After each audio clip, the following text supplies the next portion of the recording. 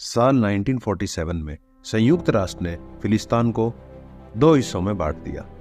इसका एक हिस्सा यहूदियों को दिया गया, जबकि दूसरा हिस्सा अरब समुदाय के लोगों को दिया गया, जिसमें अधिकतर लोग इस्लाम को मानते हैं। 14 मई 1948 को यहूदियों ने अपने हिस्से को एक अलग देश घोषित कर दिया, जिसका नाम इजराइल रखा गया। इस फैसले से अरबी समुदाय खुश नहीं था, लिहाजा युद्ध की घोषणा हुई और लाखों फिलिस्तीनी बेघर हो गए। युद्ध के बाद पूरे इलाके इजराइल और फिलिस्तीन को 3 हिस्सों में बांट दिया गया। फिलिस्तीन को वेस्ट बैंक और गाजा पट्टी का इलाका मिला। गाजा पट्टी इजराइल और मिस्र के बीच में है। ये पट्टी एक छोटा सा फिलिस्तीनी इलाका है। यह मिस्र और इजराइल के मध्य भूमध्य सागरीय तट पर स्थित फिलिस्तीन अरबी और बहुसंख्यक मुस्लिम बहुल इलाका है।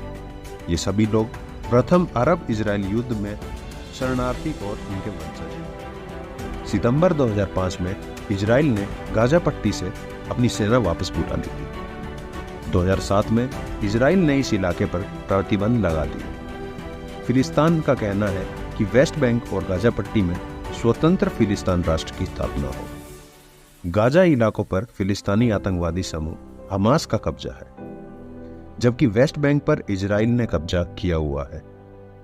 इजराइल ने यरूशलेम शहर पर भी युद्ध में कब्जा कर लिया और शहर के पश्चिमी हिस्से तक अपना विस्तार कर लिया।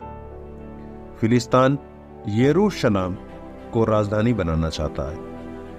इसके अलावा अरबी समुदाय के लोग यरूशलेम को पवित्र स्थान मानते हैं, क्योंकि यहाँ अल-अक्सा मस्जिद है। यहूदियों में भी इस शहर को पवित्र माना गया है। इस मुद्दे पर पिछले 25 साल से शांति की वार्ताएं चल रही हैं, लेकिन अब तक कोई हल नहीं निकल सका है। इजराइल फिलिस्तीन संघर्ष की आग एक बार फिर से धधक उठी है। शनिवार 7 अक्टूबर की सुबह गाजा पट्टी पर कब्जा रखने वाले हमास के लड़ाकों ने दावा किया कि उन्होंने इजराइल के शहरों पर 20 मिनट में लगातार 5000 रॉकेट दागे। हमास के प्रमुख दाइफ ने इस हमले की जिम्मेदारी ली है और ऑपरेशन को अल-अक्सा स्ट्रॉम नाम दिया गया है। मोहम्मद दाइफ ने कहा, हम दुश्मन को पहले ही चेतावनी दे चुके हैं। इजरायलियों ने हमारे लोगों के साथ सैकड़ों नरसंहार किए। उन्होंने आगे कहा, हमें ऑपरेशन अल-अक्सा स्ट्रॉम की शुरुआत की घोषणा करते हैं। हम ये घोषणा करते हैं कि दुश्मन के ठिकानों जैसे एयरपोर्ट, सैन्य अड्डों पर किए गए हमारे पहले हमले में 5000 से अधिक रॉकेट दागे गए। भारत में इजराइल के राजदूत नाओर गिलोन ने भी हमले पर प्रतिक्रिया दी है। उन्होंने ट्वीट के जरिए कहा, यहूदियों के त्योहार के दिन इजराइल दोहरे हमले की चपेट में है।